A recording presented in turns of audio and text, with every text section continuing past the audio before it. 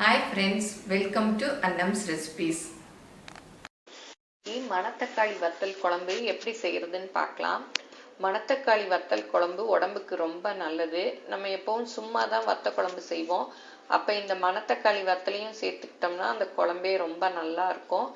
இந்த மணத்தக்காளி வத்தலை நெய்யில் வறுத்துட்டு அதை நல்லா பொடிச்சிடணும். கையாலே பொடிச்சிட்டு அதை சாதத்தில் நெய் ஊற்றி பிசைஞ்சு சாப்பிட்டாலும் ரொம்ப நல்லது. நம்ம வயிற்றுல உள்ள பூச்சி அதெல்லாம் போயிடும். அதோடு இல்லாமல் சிலருக்கு வயிறெல்லாம் புண்ணாக இருக்கும் இல்லையா, அது கூட ஆறிடும். இப்போ மணத்தக்காளி வத்தல் குழம்பு எப்படி செய்யலான்னு பார்ப்போம். இதுக்கு தேவையான பொருள் ஃபஸ்ட்டு என்னென்னு பார்ப்போம்.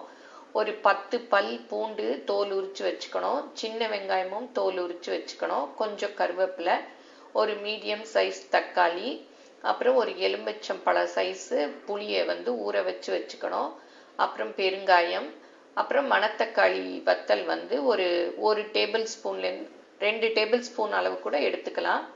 அப்புறம் சாம்பார் பொடி தேவையான அளவு, அதாவது ஒரு 3 டீஸ்பூன் அளவு, உப்பு தேவைக்கு, அப்புறம் தாளிக்கிறதுக்கு கடுகு, உளுத்தம்பருப்பு, வெந்தயம், ஜீரகம். இப்போ எப்படி செய்யலான்னு பார்ப்போம். நான் இன்னைக்கு இந்த மணத்தக்காளி வத்தல் குழம்பு மண் சட்டியில் தான் செய்ய போகிறேன். இன்னும் மண் சட்டியில் செஞ்சால் இந்த குழம்பு ரொம்ப சூப்பராக இருக்கும். ஃபஸ்ட்டு அந்த மண் சட்டியில் கொஞ்சம் எண்ணெய் காய வச்சுட்டு இதில் தாளிக்க கொடுத்துருக்கோம் இல்லையா, கடுகு, உளுத்தம்பருப்பு, வெந்தயம், ஜீரகம் அது எல்லாத்தையும் போட்டு நல்லா பொரிய விடணும். பொரிஞ்சதும் கொஞ்சம் பெருங்காயத்தையும் போட்டுக்கணும். அதுவும் பொரிஞ்சதும் இந்த மிளகு தக்காளி வத்தல், மணத்தக்காளி வத்தலை மிளகு தக்காளி வத்தல்னு சொல்லுவாங்க, அதை போட்டு நல்லா பொரிச்சுக்கணும். அது நல்லா பொரிஞ்சு அந்த சைஸ் பெருசாகி வரும். இந்த மணத்தக்காளி வத்தல் நல்லா பொரிஞ்ச உடனே கருவேப்பிலை, வெங்காயம், பூண்டு அதை போட்டு நல்லா வதக்கணும்.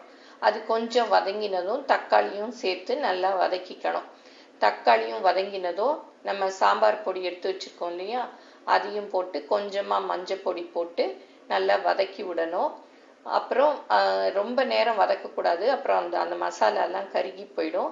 கரைச்சி வச்சுருக்க புளியையும் ஊற்றி உப்பையும் போடணும். போட்டு நல்லா கொதிக்க விடணும்.